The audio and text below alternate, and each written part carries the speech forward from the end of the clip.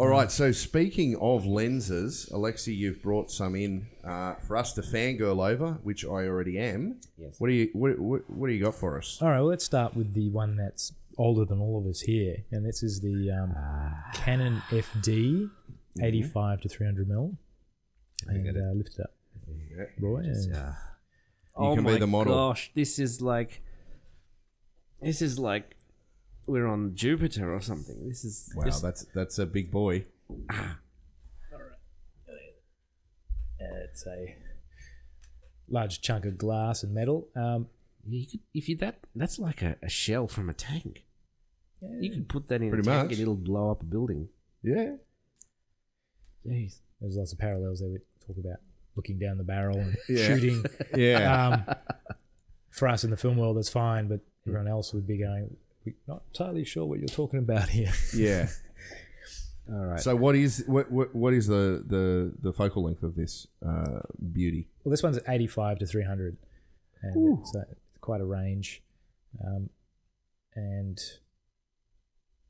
it's all manual. Mm. Yes. I think it was probably mid-70s that it was been manufactured. Wow. Oh, 1970s, We've got a right. built-in lens hood. Yeah. Its focus is external, so the barrel does get moved back and forth as we move through focus. Okay. Infinity has a slide on it, so if there's different temperatures, it'll still hit infinity at that point. Right. Oh my gosh.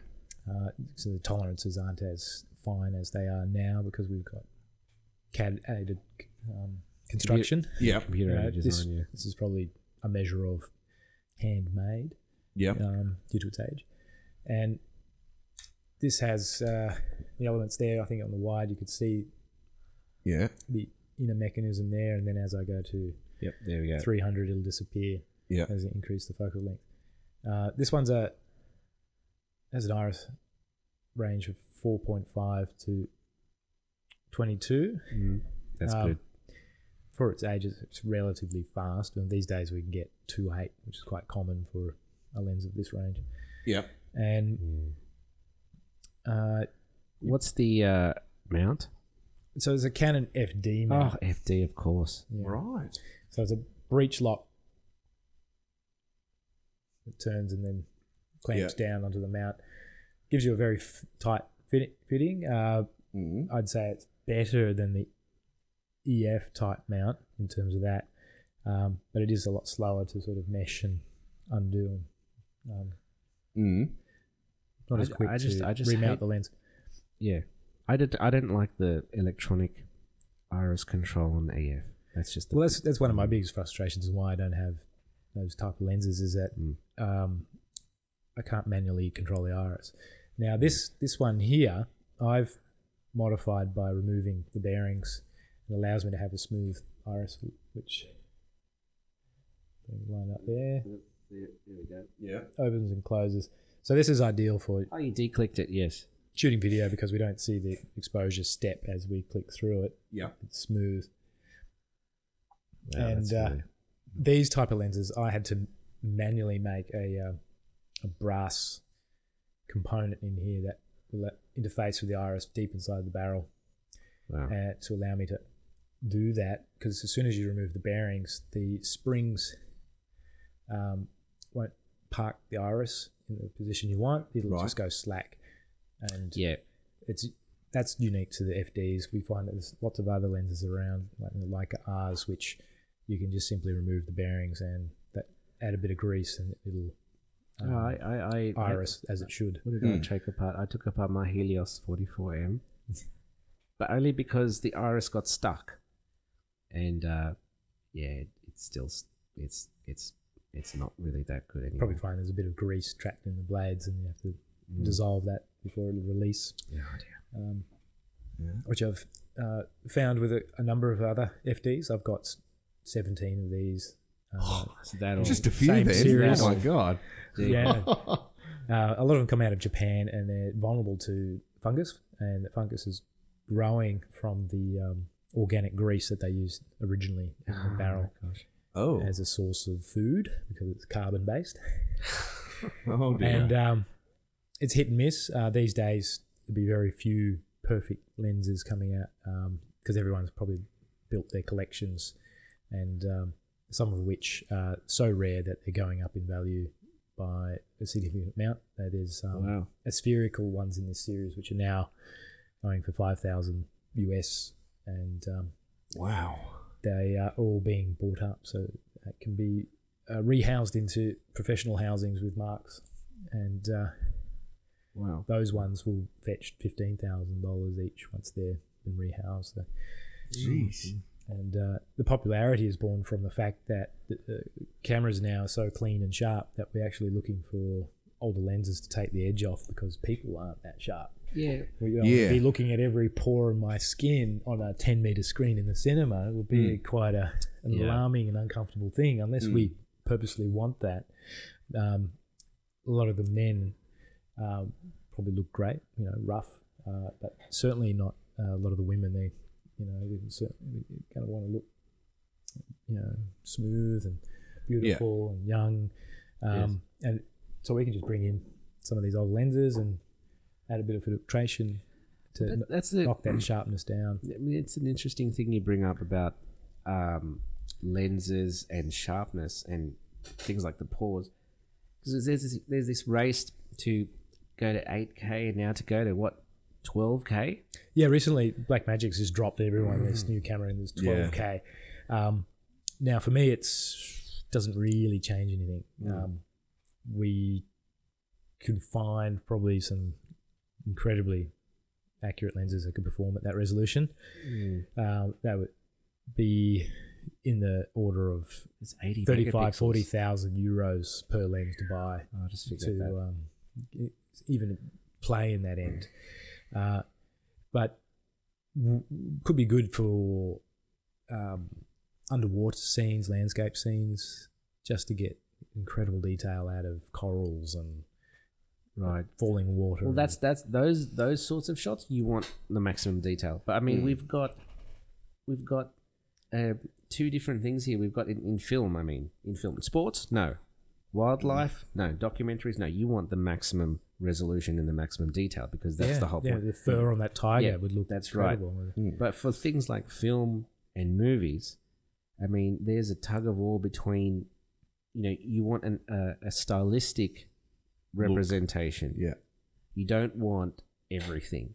Reality. I mean, just take a typical image. Let's say an image of, say, Batman flying through the air. Now, the first thing, how much detail is in that shot? Now, let's drop some detail. We've got makeup on his face to get rid of that. That's lowering the detail. We've got no key light, probably. I'm sorry, no fill light, and probably just a backlight. That's a lot of information gone. The entire background in the city is washed in maybe a blue. That's color information gone. Yeah, and it's out of focus. That's gone. Yeah. So what we're left with is, this is all the information that we want to show the audience. It's very, very stylized. It's like a tiny portion of the original information. Yet, we need it on a 16K screen so that we can see the 10% that was left over, but we want to see it in 16K. You know what I mean? I see that there is a disconnect. And so, I mean, there's so many things that are more important than resolution. There's bit depth. We want more bit depth and maybe more frames. Or more dynamic range. More dynamic range. I mean, that would help. I mean, I don't know if pushing the number of pixels, I mean, I understand why they're doing it. They're doing it so that, just like with the TV and the phones, what's the next best thing? Marketing, we can build this now. Well, let's build it so we outcompete the other guy. Yeah.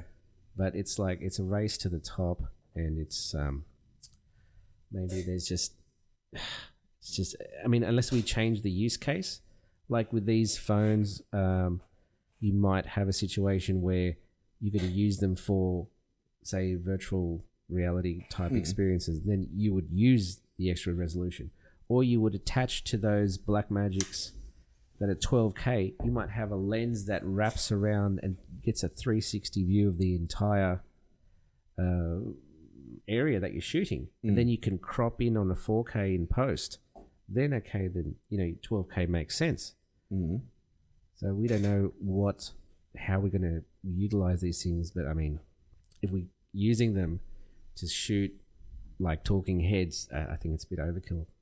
Well, there's a number of things now that we can utilize based on these high resolution cameras, and it's not so much having the sharpness per se for resolving power and you know, be able to zoom in onto a follicle or a pore.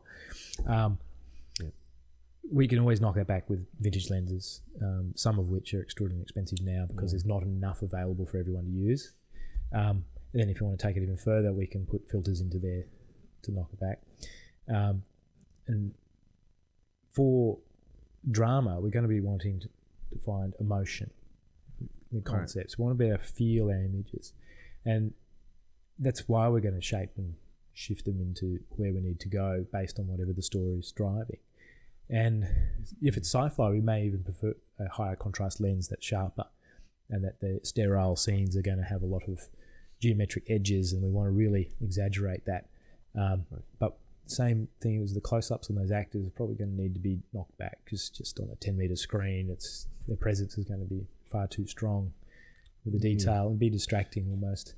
And as a culture of cinema over the years, we've sort of been educated and got an ideal image in our mind of what it should look like. Yes. And now looking at TV, where I can see some of these shows coming out and they're very sharp, and it's almost off-putting that some of these actors come in there and they're just every detail, and this is born from cameras that have got current lenses with super very sharp high glass. Resolving power of 6 and 8K. I did mention the Sigma that talk about that, and you can see the definition and just It's put some too much. Just It's put too some much, glimmer isn't glass. it? Put some glimmer glass on. well, with black pro mist. Pro mist. Yeah. Yeah. But It's funny. There's The other thing that you inherit by having so many photo sites is the color accuracy is going through the roof. So is it? yeah. So generally, we're going to be delivering for cinema a 4K, not really the realm of 8K per se. IMAX probably be certainly interested in developing that, because IMAX is meant to be more prestigious than the cinema, which is more prestigious than TV. Yes. Except now we have HDR TVs, and cinema isn't really into that HDR. Yeah. But by nature of the storytelling is that we have ultimate control over the image. So don't necessarily need more dynamic range per se, is that we can control the lighting and actually light it to the point we need it to. Yes. That's right. Control the boundaries. In a controlled environment, yes. If we're choosing to shoot a documentary style, we're going to have wildly huge ranges from interiors to exteriors. Yes. Yeah. And that's a new world where we can open up now by creating emotion from those actors in it without having it all lost by the failure of the exposure. Look, I mean, sometimes you don't want too much dynamic range. I mean, sometimes you want it so that the actor looks outside the window and you don't want to see what's outside the window. And I've seen, when we shot some live action with a red helium, I think it was, back when it was the best thing. And we were shooting lightsabers. And and the dynamic range was so great, we could see the LED points inside the lightsaber. And so we had to Through diffusion reduce. We had to reduce the dynamic range of the shots with the lightsabers so that it just looks like a flaming fantasy So the torch. capabilities were that high, we had to reduce the quality of the thing in order to make it wouldn't realistic. you just be pushing the highlights up Yeah, you would just to bloom out that we detail? blew it out. Yeah, So you didn't expect the camera to be performing so well in the highlight range. Yeah. And in the highlight region of your camera system, you're containing just about half of the information. Yeah, it's exponential. Quite a lot of information rolling off into those highlights. So these cameras are now successfully moving into that. And isn't that that's why the ARRI the way they acquire their image, they've got a high dynamic range, at a mid dynamic range and a low dynamic range set of sensors, and they merged all three of them. Is that how they? I can't remember.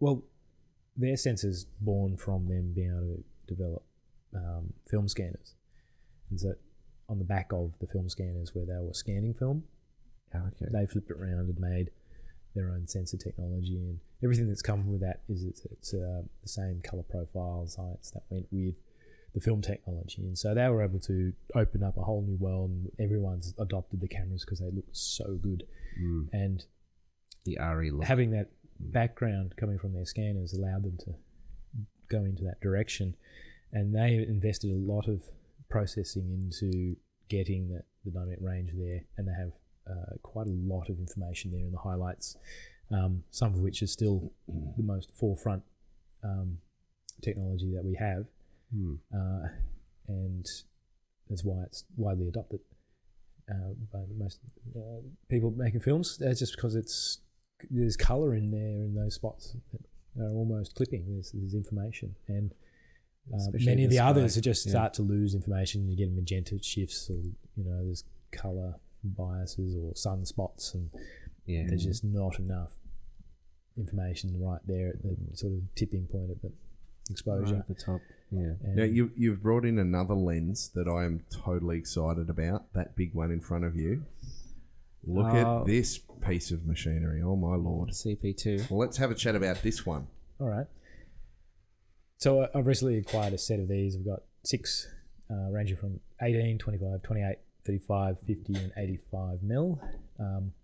Most of these are the faster end. They had a super speed series, yes, which is a stop faster than most of the others. And just give me 1 sec. I'm gonna get that back up again. Yeah. Do we have a...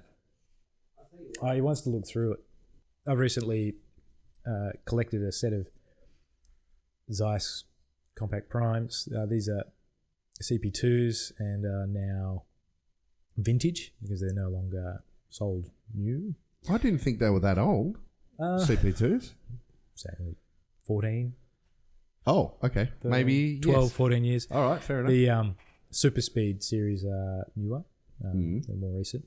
And these were designed off the back of the Zeiss stills primes that they had. And so the pedigree isn't born from cinema glass, and it's born from stills. So these are built in a housing that's quite robust, and we've got precision marks on the outside, and they're all got a increased rotation in the barrel, and we have 11 blade irises to create a very round bokeh. 11 blades.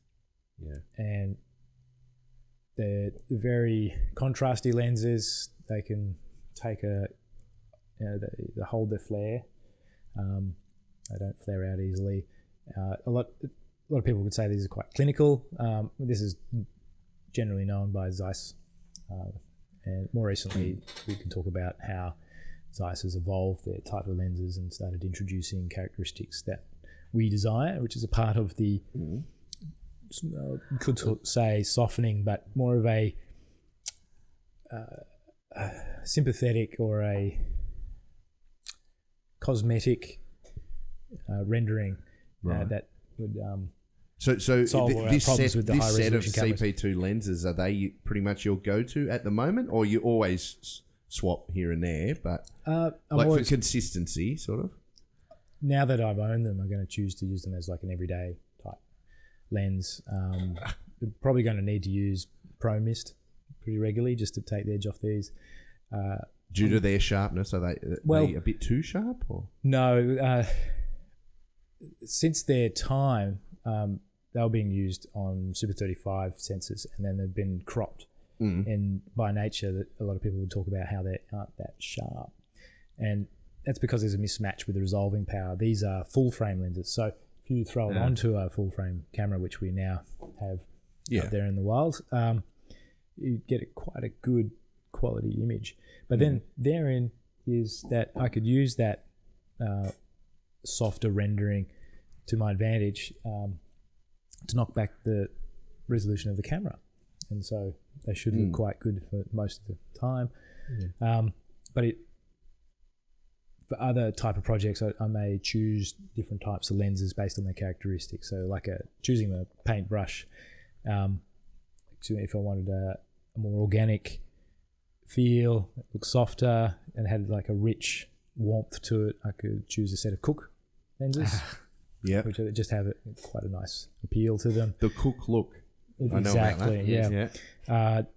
I just want to say just quickly, just so that people know, when you mentioned about how it controls the flares, that back in the even just a few decades ago, the flares were seen as something undesirable. Yeah. And so they would do things to get if there was a flare that happened on shot, they'd be like, we've just gotten, that's a bad shot, let's do it again. We lost it. Yeah.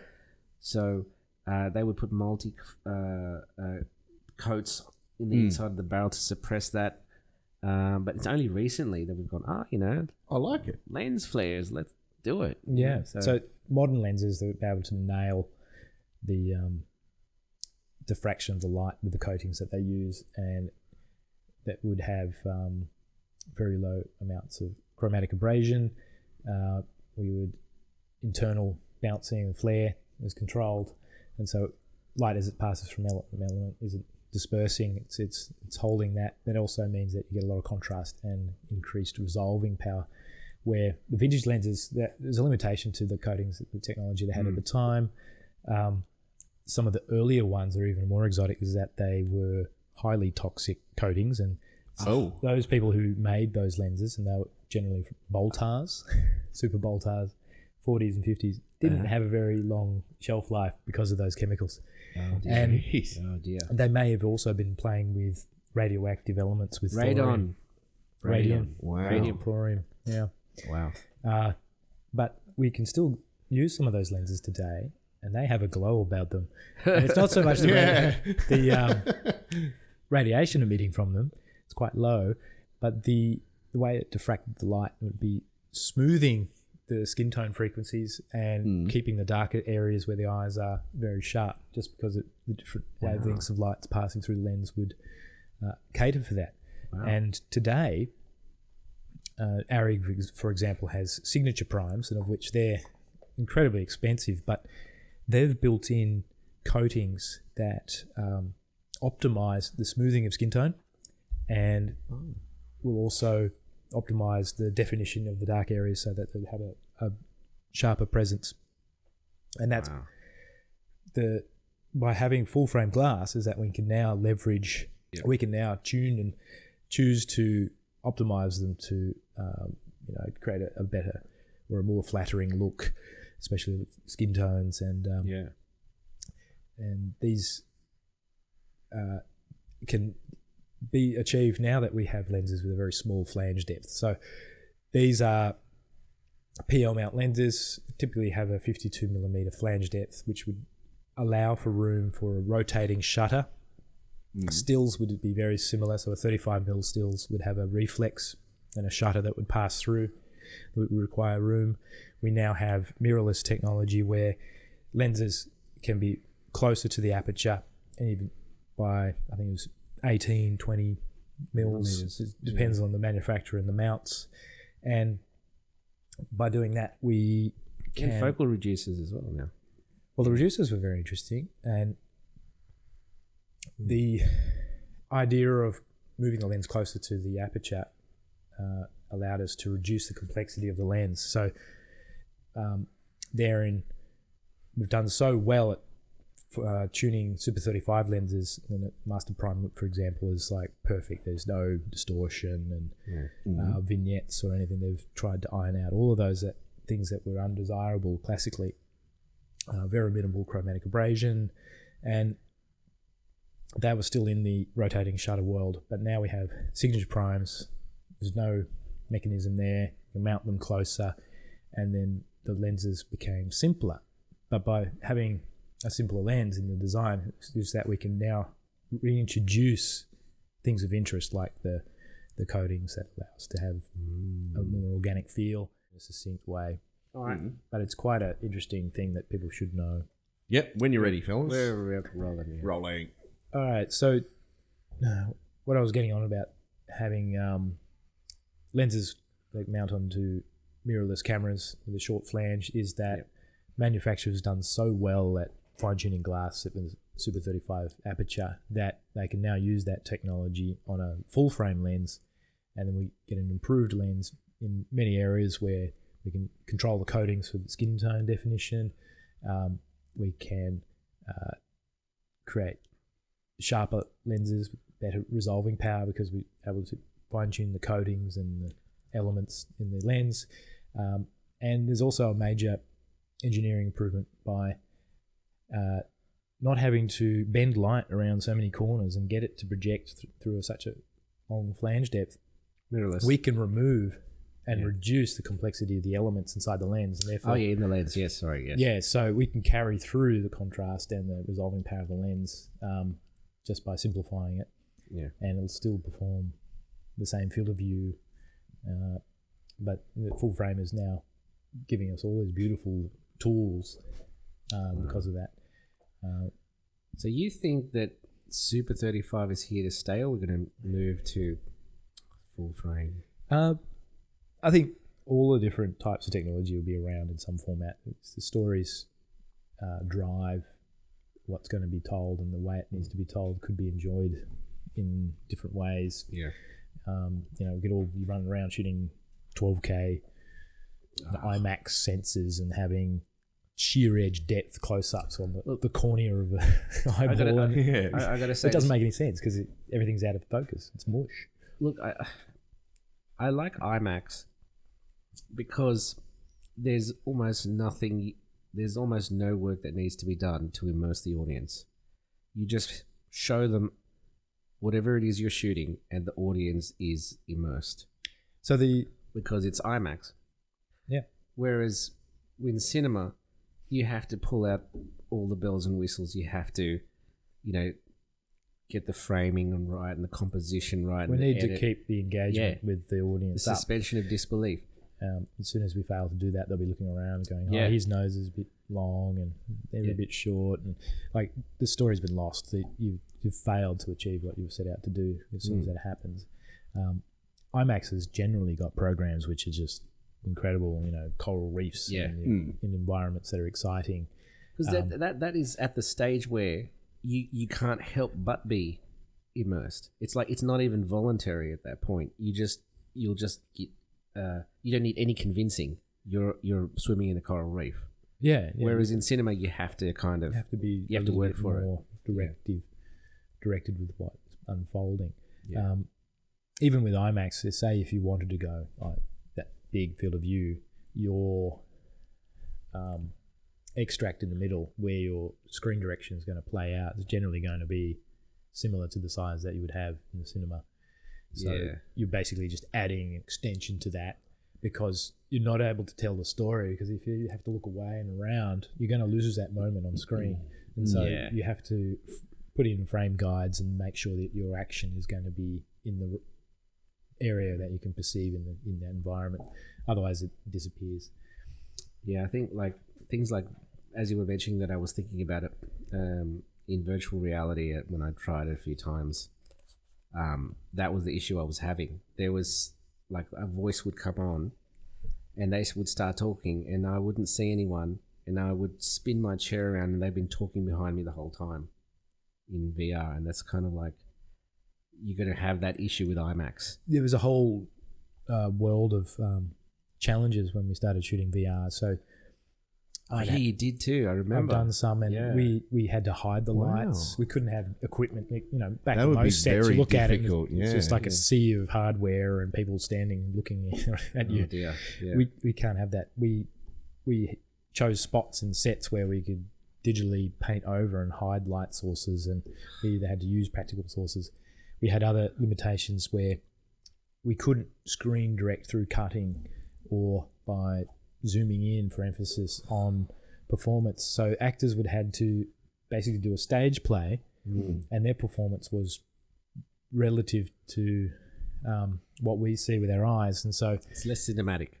basically. Yeah, it's basically talking to a person standing in front of you, and the best close-up would be them standing at 8 feet from the camera. Yeah. Because as soon as they went to 16 feet, they would drop off in half in size, and then they'd be diminished. And so all they could do was walk in and out, and you could have two actors in front of you bouncing together. But as soon as you had an action that was off your field of view, you'd have to have a cue. So you either have a digital cue, an arrow that comes up, look this way, or an audio cue that allows the person to prompt. But as soon as you do that, you sort of can't really drive a story. And hence the sort of drama has fallen off in that regard. There was some great exhibition things where, like, just look around and then, like, when you look, the things would disappear out of your peripherals and it'll creep you out. It would develop its own style, I think. That like the cinema is its own style, and I think if you try and just move cinema to where this new space is with all these extra options, it's just going to get lost. Kind of like, for example, like you've got cinematic, and then before that you've got theatric, and then before theatric you had like narrative, and so each one could encapsulate the other. But like, for example, a theatrical performance could be captured by a cinematic experience, but you couldn't create a cinematic experience in theatre. The cinematic experience is when you've got an emotional moment and you've got the music, because there's sound in cinema, and you've got the camera pushing in, and you've got the actor emoting. That's a cinematic experience, because you can't experience that in theatre. No, you can't. In theatre, you've got actors on a stage with dialogue. And yet, if you go back even further, narrative, a person speaking around a campfire, they could still do suspension of disbelief with just their voice. And you could do that to lend gravity and gravitas to the way they delivered it. Actors on the stage would have to talk louder, and they would also have to express with larger expressions so that an audience across the exaggerate their movements and so forth. But now we have we can get a nice tight close up, and I have to address this with the actors and say, look, you need to just think. They're just thoughts. Your movements on your face are going to be really small, and please just move slower. As soon as they go like this, they'll just leap right out of the frame because I'll be doing a close up in here on their eye. Especially if they came from theatre. So we had a challenge where recently the artist didn't get it, and the director just got to the last take was do nothing. Still had more gravitas in her expressions. We couldn't do anything. It was just like 0 to 100 in terms of shock value. It was challenging because I was losing time having to coach this actor to get it right. Because they sometimes you got to do that. Theatrical stage experience, and it was just a huge stopgap. Is that they didn't get it. They didn't understand the mechanics of how to deliver to a camera. Come in for the close up and it's all bigger, but then they move around and jolt faster than they should, and it doesn't you look can great still on the portray screen. that emotion without the over the top movements. Yeah, well, you need to have restraint, but at the same time, there's subtleties where it can be stronger with more restraint. Yes, do less and it's more effective. That's right. That's the subtlety in cinema is what was lacking in theatre. Theatre can't be subtle because there's just no resolution for the audience to get in there. Whereas in cinema, you can just be quiet and be really close. And it just still works. And even before that, they couldn't even pick it up. And we may have more impact from them just breathing and thoughts in their eyes. And there's hardly any delivery. That's very cinematic. Yeah. And it's got a lot of impact. And we know that because we are focused and holding on to that shot for a period of time. And we're directing the audience as such. I got to ask you this now that we're talking about cinematic. Yeah. Okay. So picture this. You've got a bomb scene. They're defusing the bomb. He's at the wire. Okay, just about to cut it. Scene 2. There's another scene that we're going to contrast. Intercutting. No, like a separate scenario. Yeah. There's a cliff. And there's two actors telling the third actor to jump, and the third actor jumps. And we've got the slow motion of the actor jumping. Which scene would you be moving the camera, and which scene would you be locking the camera? In your opinion, for maximum effect. And the two words, tension and suspense. Which one's your tension and which one's your suspense? I mean, an intimate and very, diffusing a bomb, it probably want a lot of poise, a lot of caution. Person who's going to be moving slowly, they're going to be stepping, they're going to be very quiet and focused. I think it'll lend itself if you had stable shots, and we weren't doing 360 moves and flying around everywhere. It just wouldn't make sense. And is that your intuition, or you know? Well, that? This is so we can actually capture the performances, the nuances, and choking and stuffing it down the audience's throat would be persistently cutting close-ups of the wires being cut. Yes. Right? But if you wanted to add a little bit more mystery to it, you cannot do that.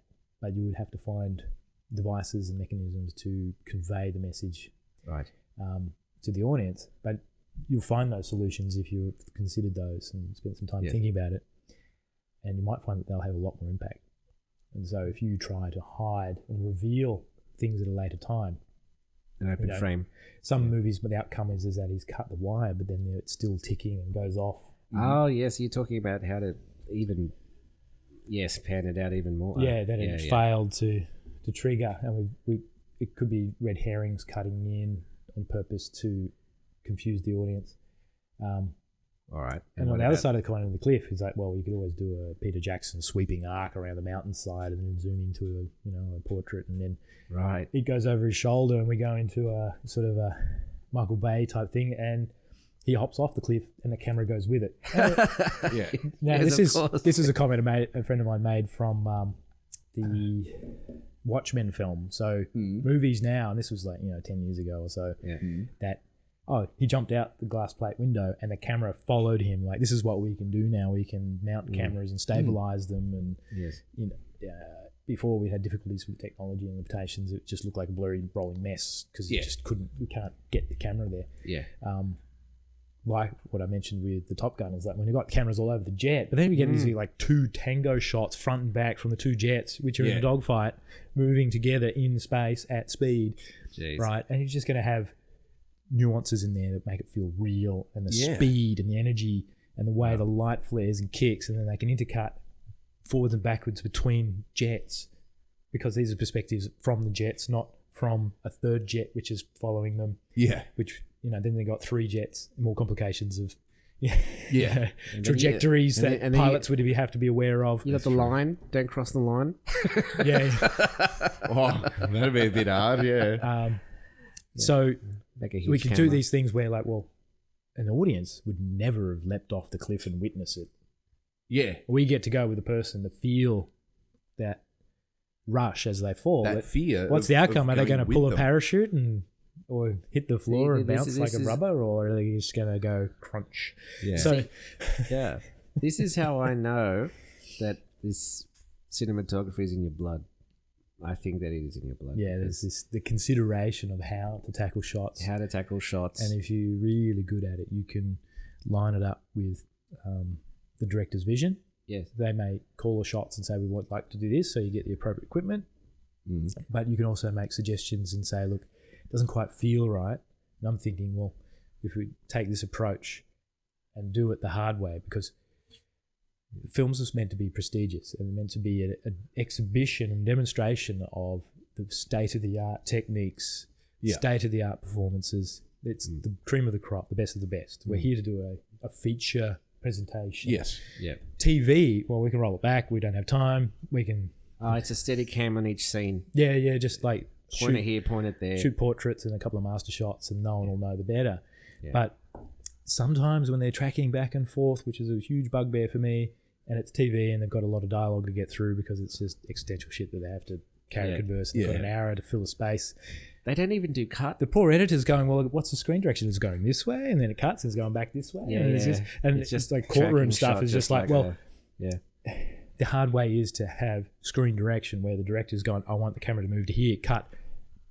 And then there's continuous movement cutting through that if we want it to be a antagonist and they're all coming from the right, that sequence of shots needs to be persistent. Yeah. And we need to, if you want to change direction, we go to a neutral shot, and you need to know when that shot is. And so it's how it functions of This is a good point. storyboard will work, or a very good operator will pick.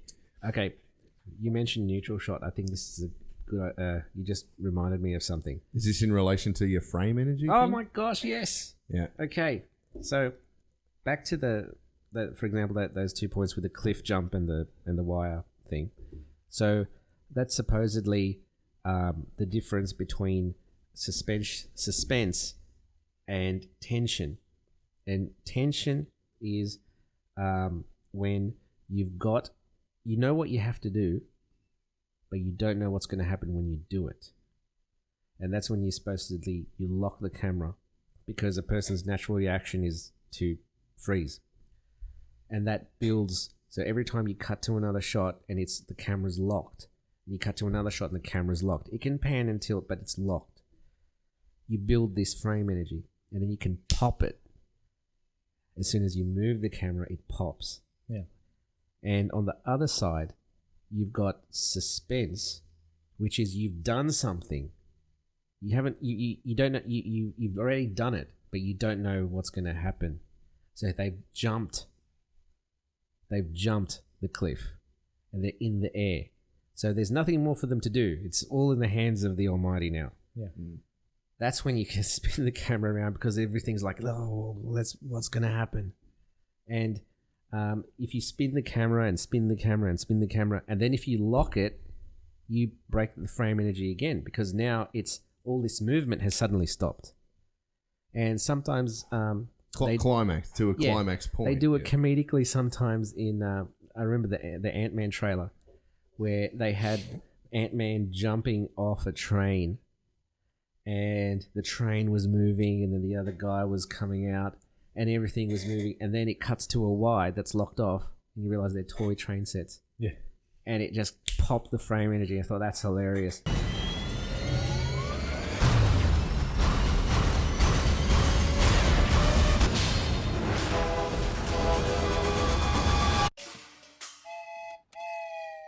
So, you probably see a lot of that in Bad Boys, when it was Michael Bay just doing his sweeping arcs, and but be able to intercut scenes and allow that inertia coming from that movement.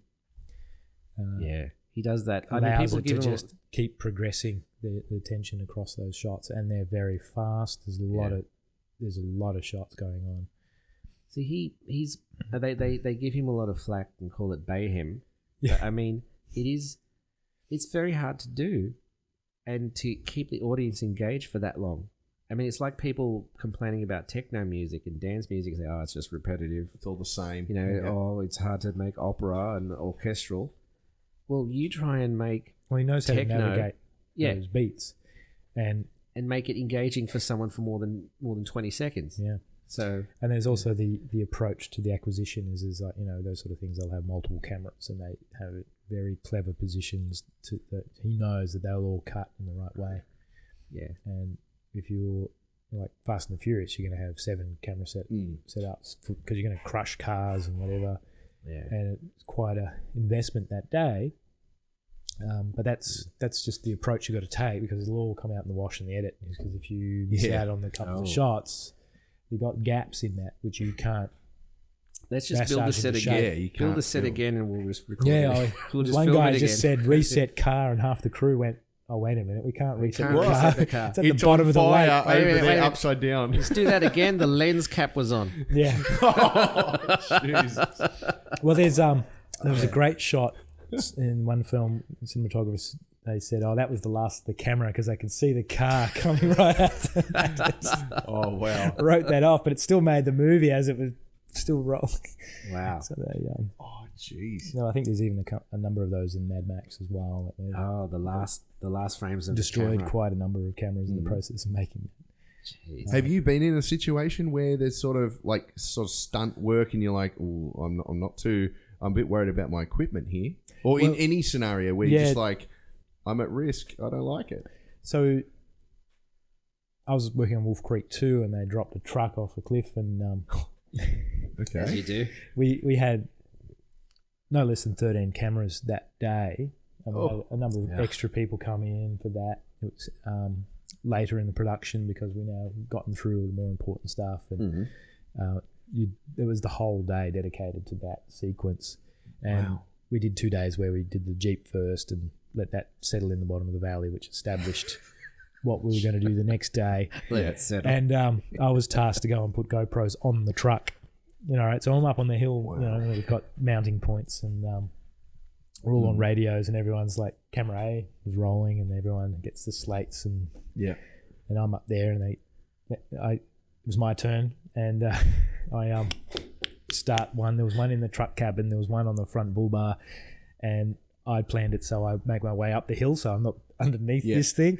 All right, but we had one underneath the truck in the axles as well. Yeah. So I started the front bull bar, started the cabin one by the phone. Yeah. Because I could wirelessly control it. And we had these on loan from GoPro. On loan? Yeah. I don't think you'd be sending them They gave back. us a whole bunch.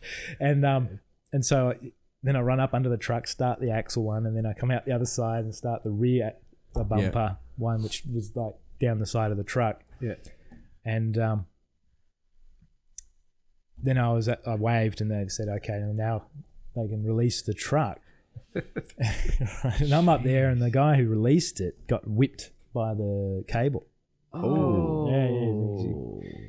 Yeah. And I was up there and I saw it, and I was like, oh, wow, that's going to bite. Yeah. And so this truck made its way down the hill, and, they bought it, did all the action stuff on the roads, and then when it was finished, we destroyed it. And that afternoon, my offsider up in the truck cut together a sequence of all of those angles. Yeah. And he was going through all the shots, and he was showing me, and I'm looking at it going, man, there's one shot they had, and it was a GoPro in a steel box. We call them a Ned Kelly, right? So basically it's a box with a little slide in it. And so that steel box, you could probably drive over it and it'll be fine. Yeah. And so there was a shot where it was probably about 2 seconds where the entire truck was airborne. Yeah. The GoPro was so wide, but when you look at the other angle, it was literally just like a little dip in the side of the hill for 2 seconds. But it's incredible shot they managed to get. And then that was a surprise. And there's the other one where we had, at the end of the day, cut it all together. All the VIPs are in the van watching this playback. And laughter just ensued as this started happening. Like, they couldn't believe it. Yeah. And there was, the shots from the bumper bar coming down. Yeah. The axle one, the rear one. So you can see all the crew on the hillside as it was coming down. This GoPro's shaky as anything because there's no stabilizer. Yeah. And then there was one which was from the Jeep's perspective, and you can see this truck coming down the mountain straight at it. Oh, jeez. And then it's there, and this fireball explodes, and you just see flames, and then it's on fire. We can see this GoPro. Wow. And at the end, we had to go and find all the cameras, and they put this one out and pulled it out. The whole GoPro housing had melted, and we had to cut it open and pull the card out, and that was still fine. And even the GoPro still worked. But it's crazy that like GoPro's readily available to everyone, and they're still used in film. Well, for some things. It was a cheap stunt camera, so that's what we do for that sort of thing. Is we have a number of affordable cameras which could be lost.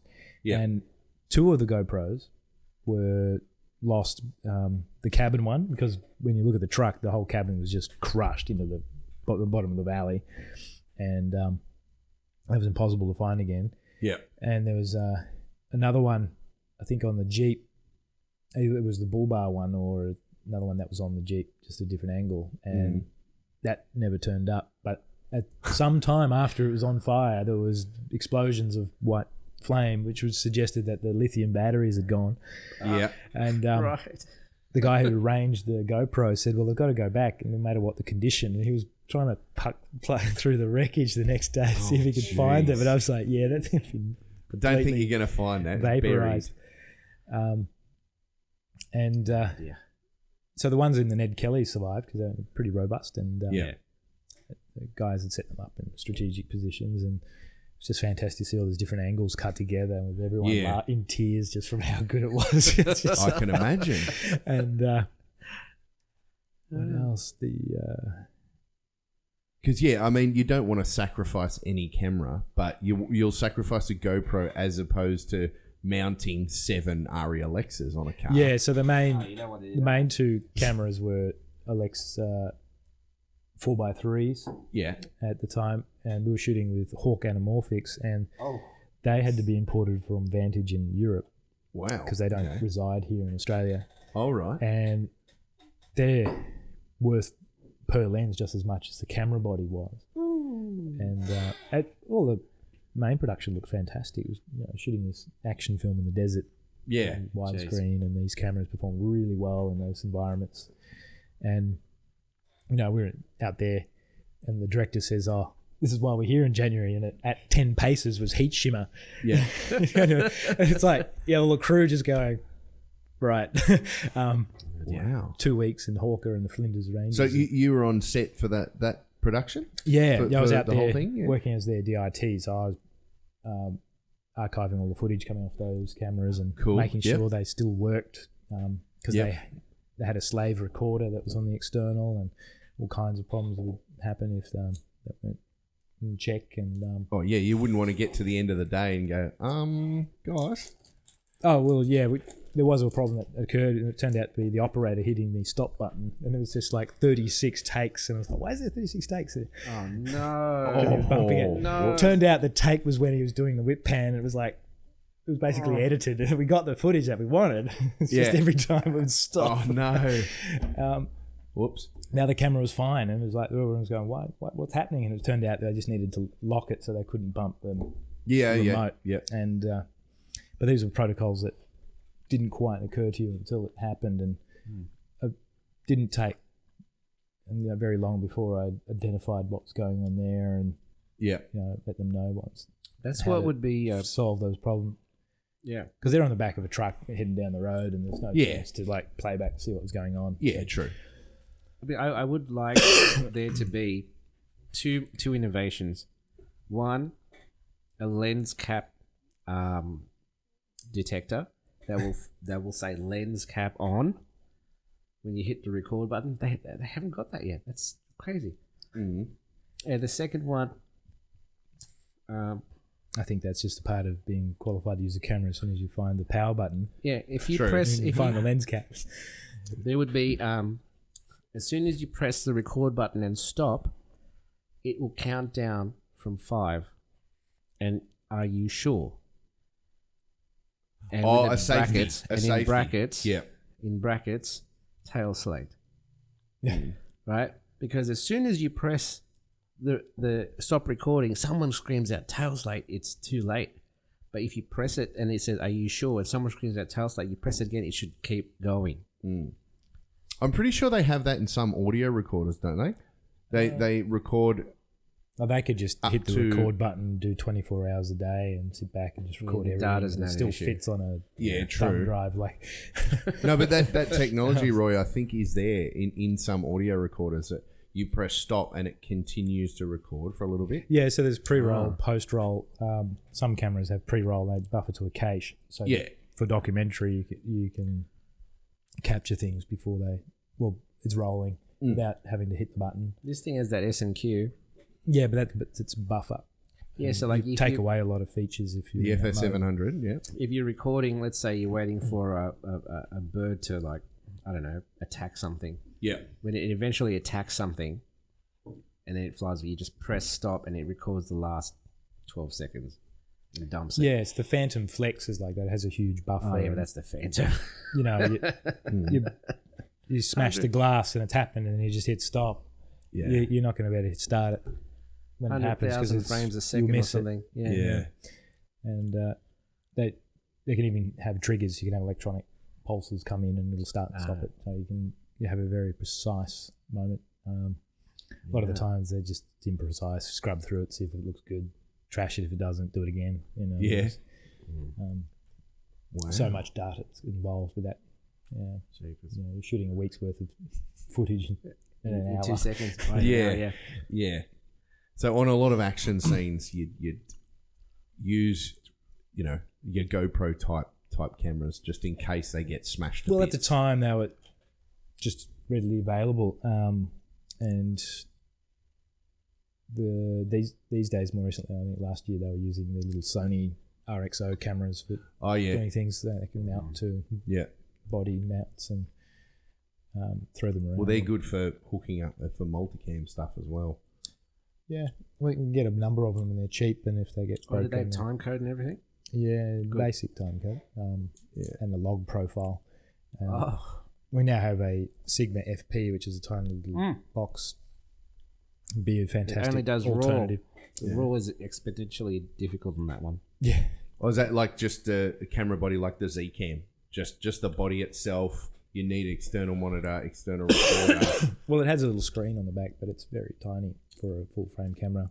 If the Sigma FP had Blackmagic RAW or ProRes, it had an efficient footage, but the idea of it is it's like certainly a lot better than a GoPro in terms of color, dynamic range, field of view. You could put a relatively small wide angle on it and put it on the shelf of your car or something, and put it into really tight spots and get these perspectives that you wouldn't get unless you drill a hole in the side of the car and put the camera through.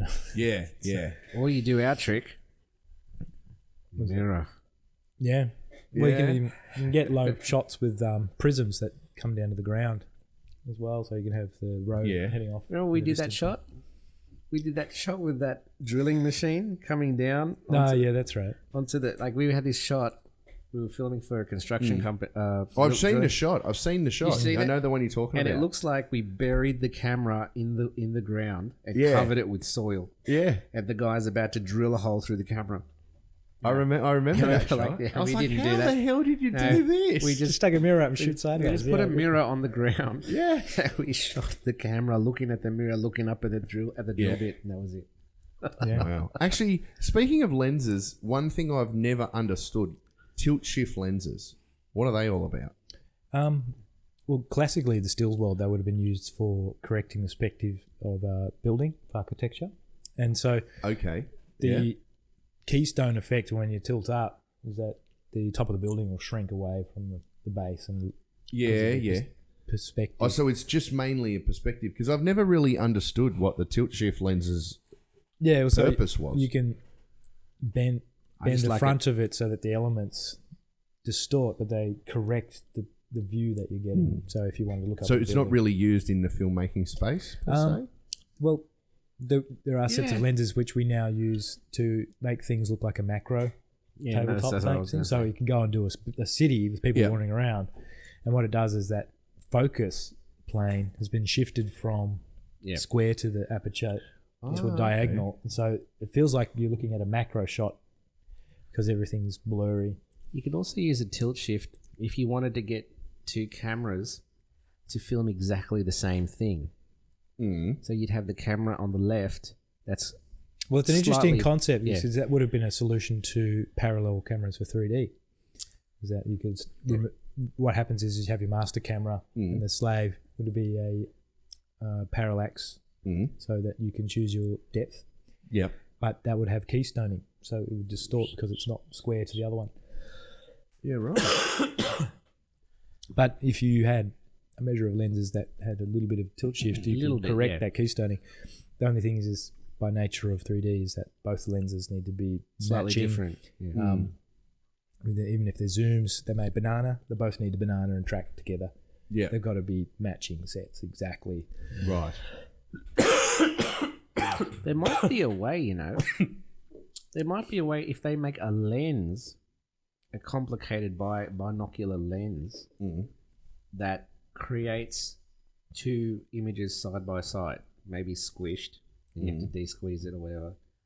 And because the two lenses are built the same way, you could get what is it called? Binocular vision, 3D vision, through the one sensor, instead of having two cameras side by side or one in a mirror. I think they had Panasonic had done two lenses at the right distance, which is the interaxial distance between the eyes of about 80 millimeters. Yeah, so they had to have one in the mirror. They were able to and one straight. Yeah, whatever they did inside this camera is combine them probably with a prism onto one sensor. And Yeah. So they had this 3D camcorder. Oh. Yeah. And that was like that. Yeah. And that was all the rage 10 years ago with 3D, and it sort of hasn't been. So we what- can now do it in post. What would you say as someone who's usually out on a set every day? What are the specs from a camera that you would say are a must-have? Because there's a lot of stuff out there. There's the Panasonic S1H, which is Netflix approved. Canon's got their R5 8K 30, which no one would have a computer to do. The A7S3, which is everyone's wanted. Just letting you know, I think we got to wrap in a few minutes. Yeah. Yeah. On the wrong side of the city. Yeah. So you got that A7S3, which has been announced, and it's not exactly mind-blowing because it's 4K 120, which is good, but the Blackmagic 12K and all that. But what is a requirement that you go, I have to have this codec, I have to have this? At a basic level, you want a camera that does all-around functions. So I've got a Sony FS7. In regards to what we're shooting, we get good quality sound. We have phantom power, which means we get great range with the microphones. Has multiple channels. Yeah. Built-in NDs. We That would be heaps. have external power, so Plus we can broadcast specs as well. Yeah, so the processing all the images coming in at 10-bit, and we can shoot 4K, which is quite standard these days. Yeah. And Is that what you would deliver to clients in 4K? Or I own one, so everything I do is usually shot through that. Yeah. And it's just a workhorse. Guy can use it very quickly. I don't have issues with batteries going flat, having to screw on ND filters on the front. Well, the short film that Roy was talking about, I remember I was out there with you for a day and we were shooting on that. Yeah. It's a bit of a beast. It's not a small camera. It's No, not by the time you huge. put bits on it to actually use it, it gets quite big. But alternatively, if you wanted to strip the camera down, and it'd be an entry level type thing, the Panasonic S1H is very interesting because it has a lot of flexibility built into it. Do you know why they made that a Netflix approved camera? Is it just a codec thing, or how come that as in a DSLR format is accepted, and then you've got like your FS7, FX9? What is it about that camera that it captures 4K in a decent format, right? And it's none of the other cameras that preceded that had 10-bit capable files. I think some of the earlier Panasonic cameras were able to do 10-bit file formats. So significant jump in color quality. So there's no way to really cheat it via recording at a broadcast codec on an external recorder. Can you do that, or no? So not really. The signal processors and all these predecessors are all 8-bit 422 type color spaces. So there's a considerable amount of loss in the color, which means that you're very limited with the post workflow for color grading. Yeah. You can't really do much to fix it if there's problems with the color. And as soon as you go to 10-bit, you can do green screen. It's quite well. You have a lot more color information, so skin tones are very consistent.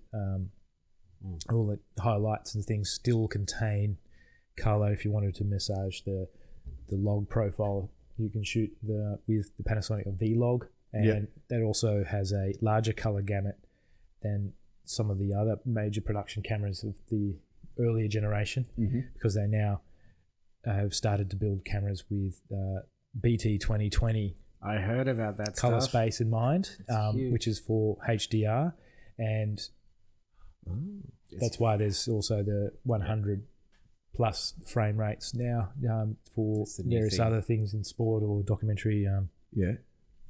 And the built-in signal processors are now running properly at 10-bit, even 12, with if you're able to capture RAW externally. Canon has now done that internally with this 8K. And So getting back to again the minimum specs of a camera that you, in order for you to use for multiple projects. Yeah. So would you shoot anything lower than like 100 megabits a second in the data rate, or is that not a huge? In terms of 4K, you're now suffering a lot of dithering and softening in the compression, your images aren't going to be as sharp as you need. If you throw a 4K up and look at it, it's just not going to be there. You're going to need a 400 type megabit rate to get decent pictures out of it. If you're shooting log, you're going to want to keep that information in there. Like, remember that highlights, you need half of the information you're recording is all the highlights. Yeah. And if you throw that all away, you just can't pull the highlights back and get detail, and the colors all get washed out. Yeah. People's skin tones and things, if they're a bit hot, there's just there's nothing in complexion in there. It's also good to mention also that the acquisition codec has to be good. You can't use MP4 to acquire because anything under 16, the color information's gone. It just removes it. Yeah, because apparently the human eye can't see color at that low luminosity, so they thought, well, we'll just get rid of it, which is great for the distribution codec once everything's graded. Yeah. So as a deliverable format, all these cameras will just like turn it on, shoot, happens to do video. Hey, great, let's make some podcasts. So there's a deliverable, and if you're not having to change it, and most of the time it's pretty good, but as soon as you want to change it and it's in log, you want the full range, because you are going to shift those values in 16. You're going to have values below it that are going to come up.